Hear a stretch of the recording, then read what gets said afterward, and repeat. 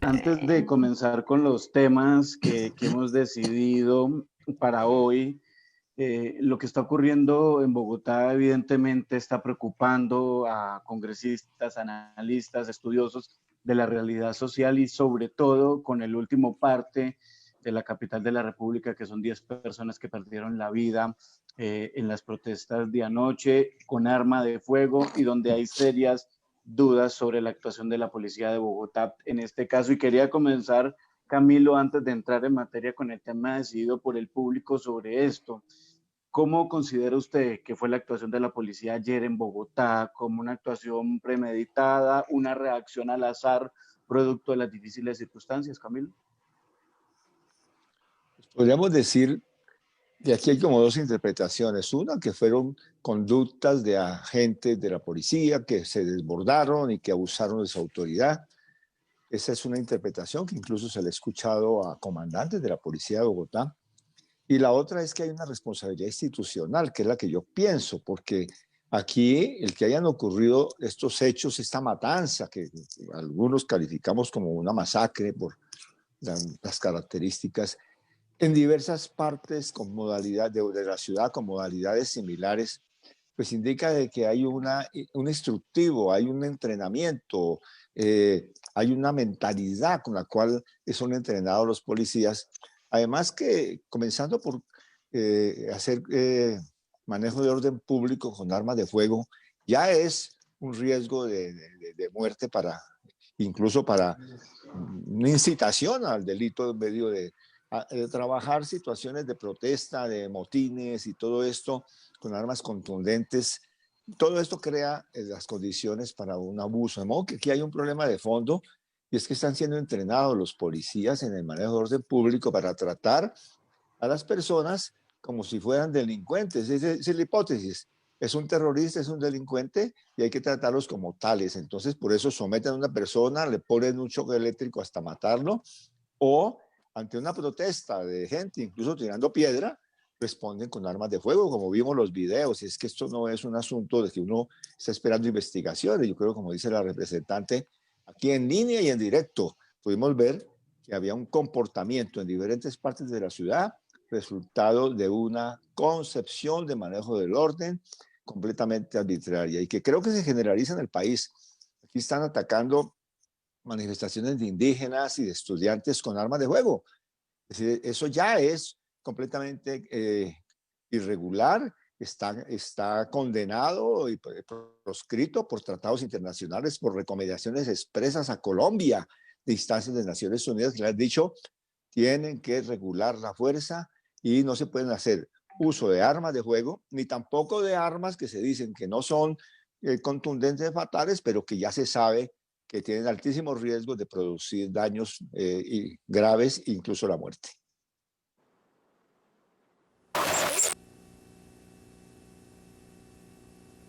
Bueno, ahora continuamos con nuestro segundo tema, nuestro Facebook Live, que es sobre la evolución de los paramilitares en Colombia. Bienvenido a nuestro invitado Camilo González de Indepaz. Sí, buena tarde. Muy interesante el tema del fracking en todo caso. Sí, Camilo, y además porque es un tema que en medio de la coyuntura no podemos dejar olvidar, porque como decía la representante, está vivo. Pero otro que no podemos dejar olvidar, Camilo, precisamente es el que trató Indepaz recientemente en un informe publicado. Vamos a hacer una introducción, el mismo estilo, y comenzamos con las preguntas.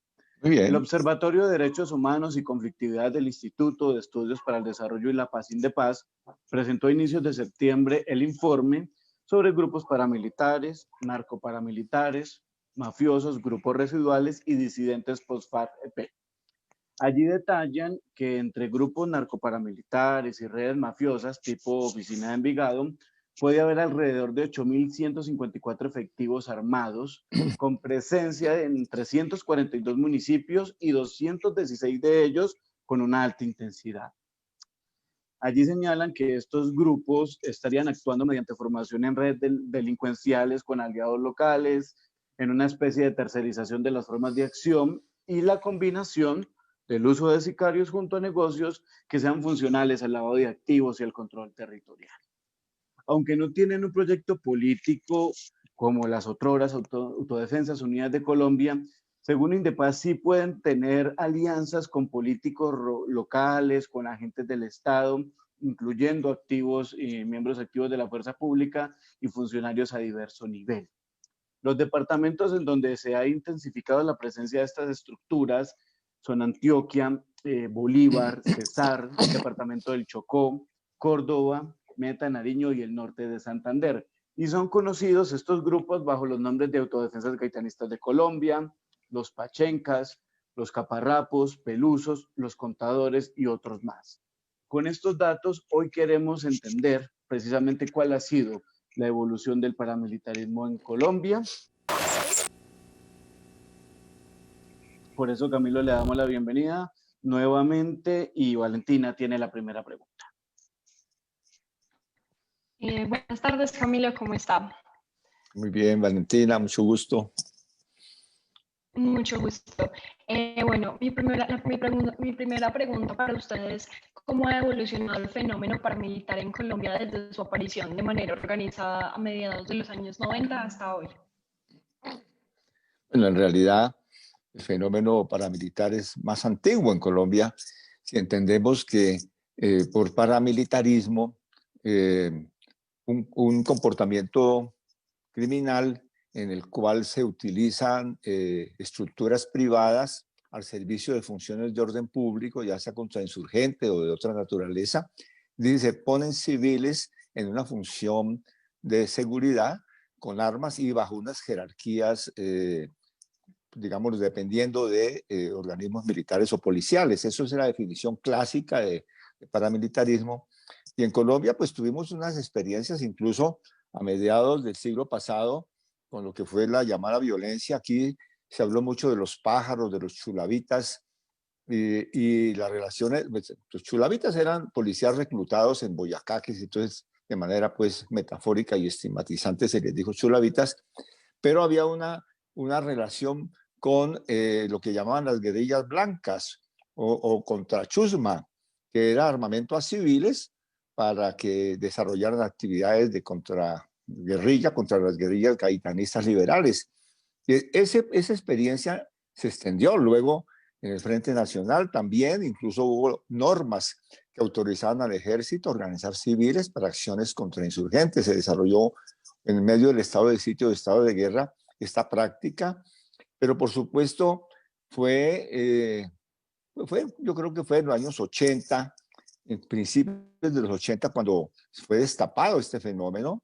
Incluso fue el procurador Carlos Jiménez Gómez el que hizo esta denuncia de lo que había un grupo muy importante de oficiales del ejército entrenando civiles en alianzas con narcotraficantes, supuestamente para hacer un trabajo contrainsurgente, y que tuvo su entrenamiento en el Manuel de Medios. Es muy conocida la historia de este israelita Klein, pero también de otros instructores ingleses que ayudaron a formar estos grupos paramilitares que se entrenaban al lado de los cuarteles. Entonces hay un paramilitarismo clásico muy ligado a una orientación y una estrategia contrainsurgente de las Fuerzas Armadas.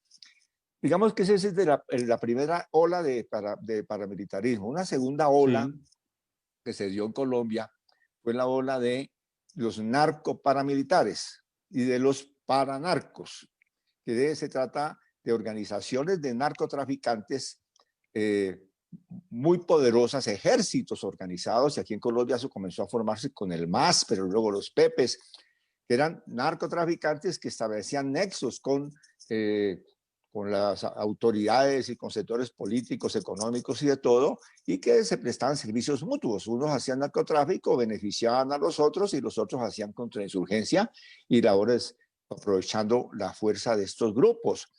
Y allí pues esa es una segunda ola, y ahora estamos en una tercera. Y esa segunda ola formó parte de una estrategia central con gran participación de instancias estatales centrales. Allí se metió el DAS, servicios de inteligencia, unidades brigadas del ejército. Hubo un entronque muy grande entre estas fuerzas independientes, ejércitos privados y acciones del Estado. Ahora estamos en una tercera fase donde hay mayor autonomía de estos grupos narcoparamilitares y características más mafiosas. Y en todos los momentos han sido redes, complejos, no se trata de estructuras simplemente militares, sino que son estructuras al mismo tiempo con connotaciones económicas y políticas y en alianzas múltiples. No es que los señores paramilitares o, por ejemplo, los que llaman Clan del Golfo tengan negocios o tengan políticos comprados. No, es que empresarios y políticos desde sus propios intereses establecen articulaciones con estos grupos. Entonces son complejos paramilitares y complejos mafiosos al mismo tiempo. Camilo, esa tercera fase de la que nos está hablando, ¿se puede decir que se estaría ante la consolidación de un proyecto paramilitar en Colombia? Yo creo que se está haciendo una reconfiguración del paramilitarismo. Hay unos cambios, por supuesto han cambiado las circunstancias. Lo que es particular es que ahora hay menos insurgencia y menos contrainsurgencia que en el periodo anterior. Digamos que antes de los acuerdos de paz o que en los años 90 y principios de este siglo, donde pues había un elemento de confrontación al Estado muy fuerte. Estaban las FARC, que era un ejército muy poderoso, que fue debilitado, por supuesto, durante la primera década de este siglo, pero lo que organizaba la estrategia de defensa, la estrategia era de todas maneras un reto al Estado muy fuerte desde la insurgencia. Y ahí se configuraron las múltiples alianzas con narcotraficantes, con lo que fuera, porque existía la lógica que para combatir el enemigo principal se podía aliar con unos delincuentes, narcotraficantes. Así pasó, ¿no? Para combatir el comunismo se puede aliar con cualquier delincuente. Y aquí, para combatir a la subversión, se podían hacer todo tipo de alianzas. Ahora estamos en una situación en la cual hay menos insurgencia, pero hay más mafias. Y hay el complejo paramilitar se desplaza más hacia negocios, hacia los componentes económicos del complejo paramilitar.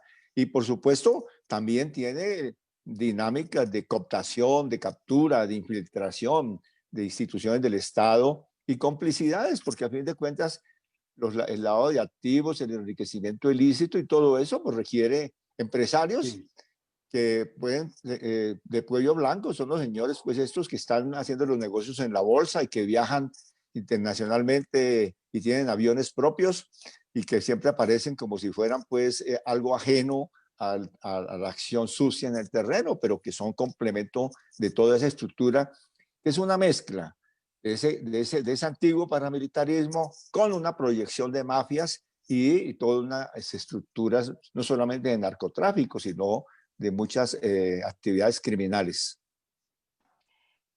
Camilo, también queríamos preguntarle qué tienen en común los grupos paramilitares de hoy con las antiguas Autodefensas Unidas de Colombia. Pues ahí hay continuidades, ¿no? Hay algunos de estos grupos que pues incluso pues muchos de sus mandos estuvieron vinculados a lo que fueron las Autodefensas Unidas. Por ejemplo, los llamados gaitanistas o Clan del Golfo, pues su origen ellos son un brazo de las autodefensas de la Casa Castaño que no se desmovilizó, ¿no? Que el hermano del alemán, don Mario y este grupo se mantuvieron. Es una cosa impresionante. Uno se pregunta cómo es posible que después de tanto tiempo, después del año 2005, a la fecha, 15 años después, una estructura como esta no solamente se haya reconfigurado, sino que se ha ampliado. Hasta el momento, pues nosotros estimamos alrededor de 1.500 hombres arma. La fuerza pública ha llegado a hablar de más de 2.000, ¿no? Los informes de inteligencia. Es decir, que es una estructura supremamente poderosa. En número es casi tan poderosa como el ELN y tiene un entramado económico y de presencia territorial pues en cerca de 200 municipios. Eso es una reconfiguración.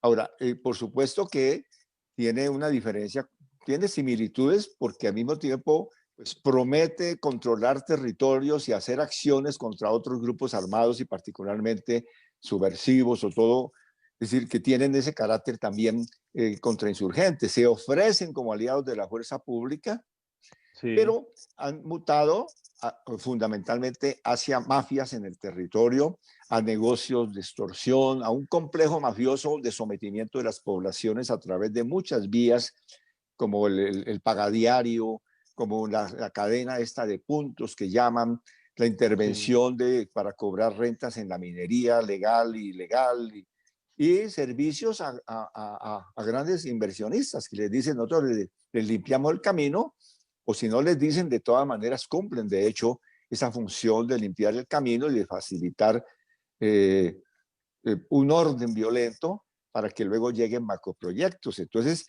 quiere decir que hay continuidades muy importantes y ahí están otros que son derivaciones, como por ejemplo los caparros o caparrapos, ¿no? Ujú. Que también bien proceden.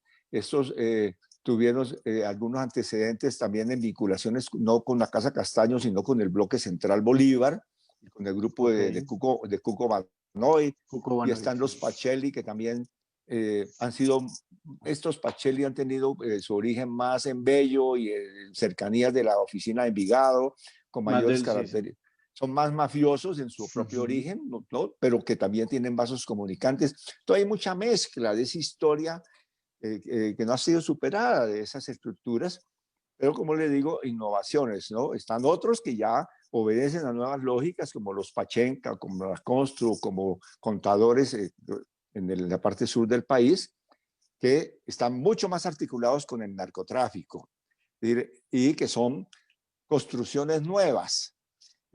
Porque es que aquí los narcotraficantes también arman grupos directamente, no es que se formen grupos y van y le presten servicio a los narcotraficantes, no, los narcotraficantes son los que traen las armas, los que más traen armas. Por supuesto que hay otro tráfico de armas, incluso pues con mecanismos de penetración en las instituciones y en la fuerza pública, pero entonces hay esa diversidad. Y hay otra modalidad que yo creo que son las mutaciones, por ejemplo, de la oficina de Envigado. La oficina de Envigado ha tenido siempre una característica muy vinculada a los carteles de la droga, pero pues también tiene una estructura mafiosa. Es decir, es decir, las características de la mafia, que son, pues han sido estudiadas y que son redes de ocupación territorial, de imposición de órdenes violentos para imponer impuestos a la gente, establecer divisiones territoriales, intervenir la vida cotidiana y la vida económica en los territorios, ¿no? Entonces, esa es otra modalidad. Son un conjunto de articulaciones de estructuras criminales que están, de todas maneras, que tienen otro común denominador, que es que su propósito de control de poblaciones mediante el terror y mediante la violencia, para facilitar la apropiación de riquezas en los territorios y en función de todo eso eh, articularse con poderes políticos. Bueno, antes de continuar con las otras preguntas que faltan, queremos invitar a todas las personas que están viendo este Facebook Live para que en los comentarios dejen sus preguntas y así y así que Camilo las pueda responder al final de las preguntas que le estamos haciendo. Entonces, los invitamos a que las escriban. Muy bien, seguimos con la siguiente pregunta. Camilo, llama la atención que mucho del actuar de los grupos paramilitares de hoy esté dirigido contra líderes sociales reincorporados de las FARC, dirigentes promotores de la sustitución voluntaria de cultivos de uso ilícito. ¿Por qué está ocurriendo eso en su opinión, en su análisis? Bueno, primero no solamente es el comportamiento de estos grupos narcoparamilitares, como nosotros los denominamos, sino también de otras expresiones, como son los que llaman residuales. eh, en el lenguaje del gobierno y del Ministerio de Defensa se habla de grupos armados organizados residuales que son post-desmovilización o dejación de armas de las FARC y que se Ajá. recomponen también para negocios, es decir, entran en el juego mafioso de hacer el propósito de lucro. Ese es otro. Y también están los disidentes, que son aquellas fracciones de las FARC que se mantienen en un discurso supuestamente subversivo, como el que encabeza Iván Márquez o el Frente Primero de las FARC, Y el ELN son diferentes organizaciones que actúan en los territorios. Ahora, hay un elemento entre todos, y es que para sus actividades, para su funcionamiento, pues buscan consolidar y están procurándolo en medio de la pandemia, consolidar territorios, consolidar rutas, relaciones económicas, control de población, no solamente pues el control físico del territorio. Y en este momento, pues todos estos grupos están en gran disputa por territorios. Además que, por ejemplo, ahí está el ingreso de nuevas fuerzas. Se ha fortalecido, uno puede ver por regiones, en el sur, por ejemplo, se han Sí. fortalecido las fracciones que dependen de los gaitanistas, los que llaman el Grupo Cordillera, por ejemplo, o otros que dependen directamente de narcotraficantes como los contadores. Y entra una nueva fuerza en el medio de la pandemia, que es la incursión, parece ser que con mucha beligerancia, de los llamados marquetelianos de Iván Márquez. Allá dicen que han mandado unos destacamentos muy importantes, entonces están disputando esos territorios, las economías, las rentas del narcotráfico, que efectivamente es un elemento de disputa, ¿no? Pero también ahí está el oleoducto y está la zona del puerto, y todo, es decir, y el tema de tierras, territorios colectivos. Entonces, por ejemplo, allí tenemos ese conflicto entre esas organizaciones que chocan con una organización comunitaria. Eso es una zona hacia el Pacífico, predominantemente de comunidades étnicas, consejos comunitarios afrocolombianos y comunidades indígenas, sobre todo el pueblo Aguá. Y uno va mirando por regiones para contrastar. Vemos que, por ejemplo, en otra de las regiones problemáticas, pasando por encima del Cauca, está la zona de Antioquia, del norte ahora, más de las regiones de Antioquia, pero bajo Cauca y sur de Córdoba. Y allá lo que están disputándose, pues también control territorial para negocios del oro, de la madera, y, y entran también nuevas formaciones. Es decir, primero se dio desde hace 2 años, se dio una guerra muy fuerte con un fraccionamiento llamado Clan del Golfo, por la formación de los caparrapos. Comenzaron a abrirse y a tratar de disputarse territorios en el Bajo Cauca antioqueño, con una situación muy problemática que afecta a las comunidades, que a la gente la someten a su dictamen, o está con nosotros o está contra nosotros. Y han crecido otras fuerzas, y están los residuales, que es la recomposición de lo que fueron algunos frentes de las FARC, que por supuesto son más pequeños los que se han reconfigurado, no tienen la contundencia, no tienen coordinación estratégica, no tienen articulación de frentes a nivel regional o subregional, pero sin embargo sí entran a disputar, y así los vemos en la zona de Briceño, de Ituango, incluso de Valdivia, de hacia abajo, también entran estos otros grupos en disputa. Y así podríamos analizar otras situaciones como en el Catatumbo, como en el Cauca, como en el Putumayo, donde hay esa disputa frente a una población muy organizada. En esto, el ejemplo del Cauca yo creo que es sobresaliente, y es que el control territorial comunitario es el gran obstáculo para el control territorial por parte de los grupos armados que están allí buscando propósitos de rentas o sus propias dinámicas pues, de control allí. Es las guardias indígenas, las guardias campesinas, todas estas guardias hacen un ejercicio impresionante de control del territorio. Y entonces la regulación violenta, el orden violento, las dictaduras de estos grupos chocan con el control comunitario, no solamente ahí, en muchas partes del país, pero este es un ejemplo clásico.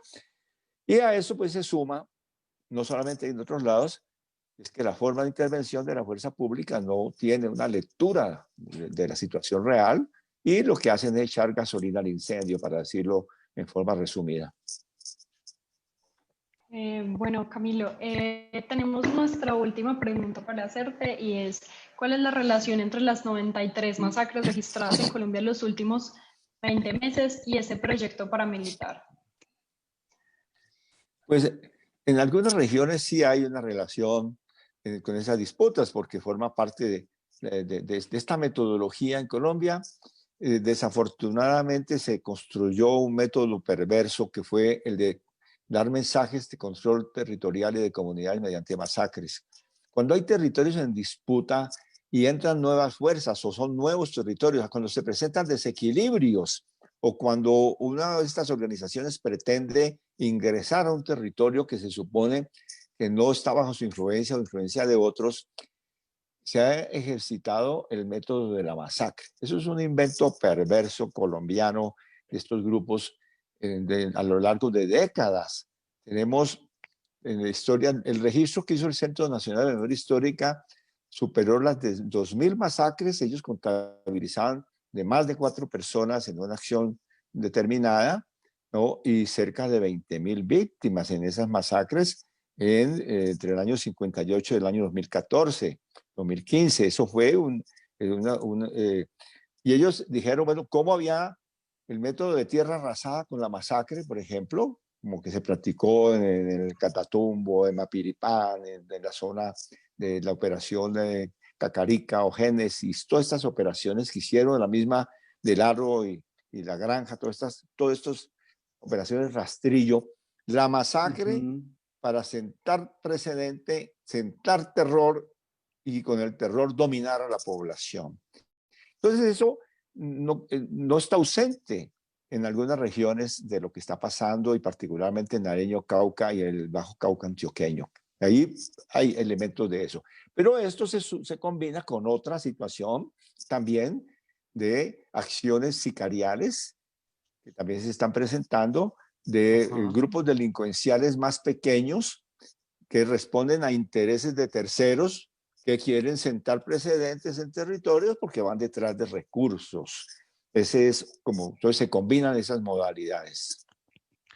Bueno, son las 5:52, es Camilo González Pozo, director de Indepaz, que nos da un recorderis y una contextualización de lo que es hoy el fenómeno paramilitar, sus relaciones, cómo se ha transformado, qué se conserva de los proyectos anteriores, y bueno, la lógica exacta actual es una lógica de mucha preocupación, pero con datos y con seriedad que siempre trae Indepaz. Camilo González Pozo, muchas gracias por sus minutos para Cuestión Pública.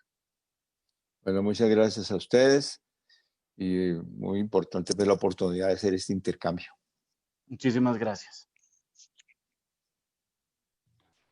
Bueno, con este Facebook Live nos despedimos. Muchísimas gracias a todos los que se conectaron. Ustedes saben que esto ya es un espacio que se hace todos los jueves en Cuestión Pública y esperen una próxima versión de este Facebook Live con nuevos invitados. Muchísimas gracias. Hasta luego, Camilo. Muchas gracias. Adiós. Chao, que Adiós. estén bien. Chao.